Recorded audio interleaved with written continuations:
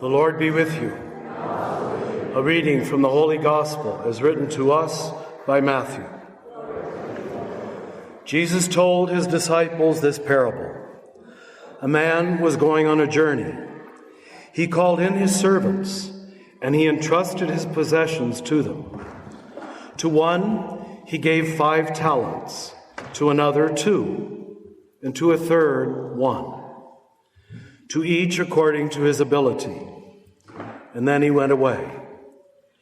Immediately the one who received 5 talents went and traded with them and made another 5. Likewise, the one who received 2 made 2 more. But the man who received 1 went off and dug a hole in the ground and buried his master's money. After a long time, the master of those servants came back to settle accounts with them. The one who had received 5 came forward, bringing the additional 5. He said, "Master, you gave me 5 talents, and I have made 5 more." His master said, "Well done, good and faithful servant. Since you are faithful in small matters, I will give you even greater responsibilities. Come share in my happiness." Then the one who had received 2 also came forward and said, "Master, you gave me 2 talents. See, I have made 2 more." His master said to him, "Well done, good and faithful servant. Since you are faithful in small matters, I will give you greater responsibilities. Come, share in my happiness." Then the one who had received the 1 talent came forward and said, "Master, I know you are a demanding and hard person. You harvest what you did not plant. You gather what you did not scatter. So out of fear, I went off and I buried your talent in the ground. Here it is back."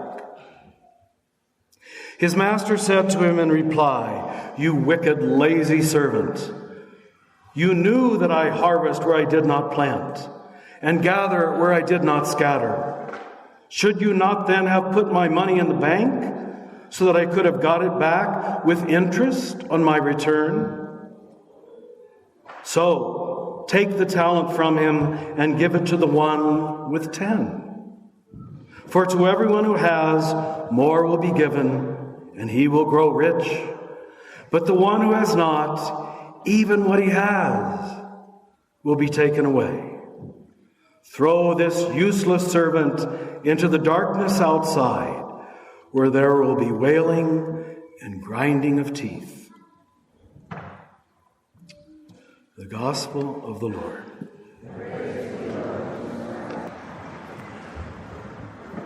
I surely would not want to insult anybody's spiritual intelligence, but I can say almost certainly that if you used your ordinary American common sense to understand this gospel, you didn't understand it at all. This tends to be our pattern, and how could it not be, and why a little bit of study of Scripture is almost necessary. Or you always interpret all of the Gospels to confirm the worldview that you already have. You and I were Americans. We're trained in a capitalistic way of reading reality, that money produces more money. We're raised in a culture of self-improvement. And strangely enough, the word for the dollar in this gospel is the word talent. And so probably in most of the churches of the world today, people are told to increase their talents. That's not the meaning of the word, actually. It means money, not your gifts or your talents. But both of these things have lent this gospel in particular to almost constant misinterpretation. And if you'll stay with me, I think you might be ready for an amazing surprise, an amazing turnaround of what we think is common sense. First of all, the historical setting. In the world that Jesus lived in, 99 to 99.5% of people were poor. There's no such thing as the middle class. 0.5 to 1% of people, the kings and the princes and the landlords, own everything, right? And they have a completely different mindset than the ordinary people. More like our mindset, to be honest. We think more like the 1% than the 99% that Jesus was and that Jesus was talking to. Now, there's a number of giveaways that this is not what we think.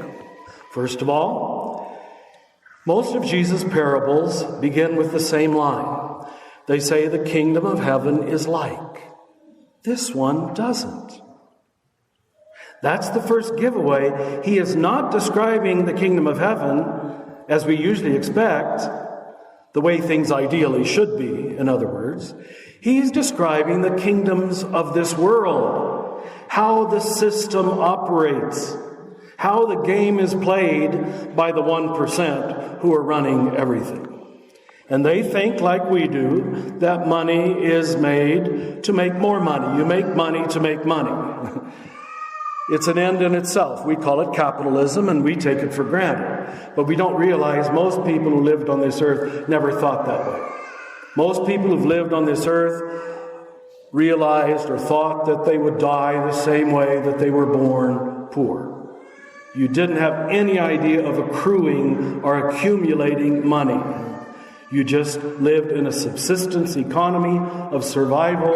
The question was, how can we get through the day? How can we pay our necessary bills? And therefore, how can we stick together in community? Because we cannot do this alone. When someone comes upon hard times, you better have the extended family to help you because you cannot sustain yourself. Now, there's another giveaway that this is not talking the way we think. You probably thought, and this is true in many of the Gospels, that whenever he talks about a master, he's talking about God. Well, in this case, I hope it's not true. Because do you see how this master is described? I'm a hard man. I harvest what I did not plant. I gather where I did not scatter. Is that the God you believe in? Who's a stingy banker? This can't be God. And then it ends with this line that I hope isn't true. The rich are going to get richer and the poor are going to get poorer inside of my system. Throw this useless servant into the darkness outside. This is not God. This is a description of how the system works. That the rich, those at the top of any system, in any time, in any culture, power takes care of itself. And power exists usually to perpetuate itself. And so the two guys that your ear was trained to think were the real heroes, these guys, they invested their money and used it well and returned it to the master. Notice what he says in both cases. Enter into my happiness. You've joined the game. You're a part of my system of making the rich richer and the poor poorer.